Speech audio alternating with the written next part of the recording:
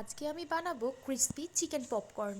এর জন্য চিকেনের পিসগুলোকে ছোট ছোট করে কেটে নিতে হবে। এরপর এতে পরিমাণ মতো নুন, লঙ্কার গুঁড়ো ও গোলমরিচ গুঁড়ো দিতে হবে। এরপর আদা, রসুন ও লঙ্কার একটি মিহি পেস্ট বানিয়ে 1 টেবিল চামচ দিতে হবে এবং এতে কিছুটা জিরে গুঁড়ো ও সামান্য পরিমাণ লেবুর রস দিয়ে সমগ্র উপকরণটি ম্যারিনেট করে 30 মিনিটের জন্য রেখে দিতে হবে। 30 মিনিট পর ঢাকনা সরিয়ে 1 টেবিল স্পুন কর্নফ্লাওয়ার ও ময়দা অ্যাড করে সমগ্র মিশ্রণটিকে ভালোভাবে মিশিয়ে নিতে হবে। এরপর একটি ফ্রাইং প্যানে রিফাইন অয়েল ভালোভাবে গরম করে ম্যারিনেট করে রাখা চিকেনের টুকরোগুলিকে একে একে ফ্রাইং প্যানে ছেড়ে দিতে হবে এবং চিকেনের টুকরোগুলিকে লাল লাল করে ভেজে তুলে নিতে হবে।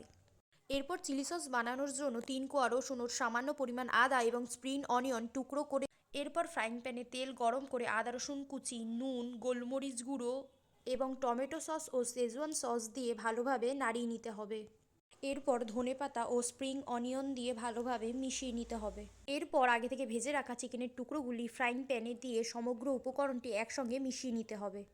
গার্নিশিংয়ের জন্য লেমন ও অনিয়ন দিয়ে রেসিপিটিকে সম্পূর্ণ করে ফেললাম। তো রেডি হয়ে গেল স্পাইসি ক্রিস্পি চিকেন পপকর্ন।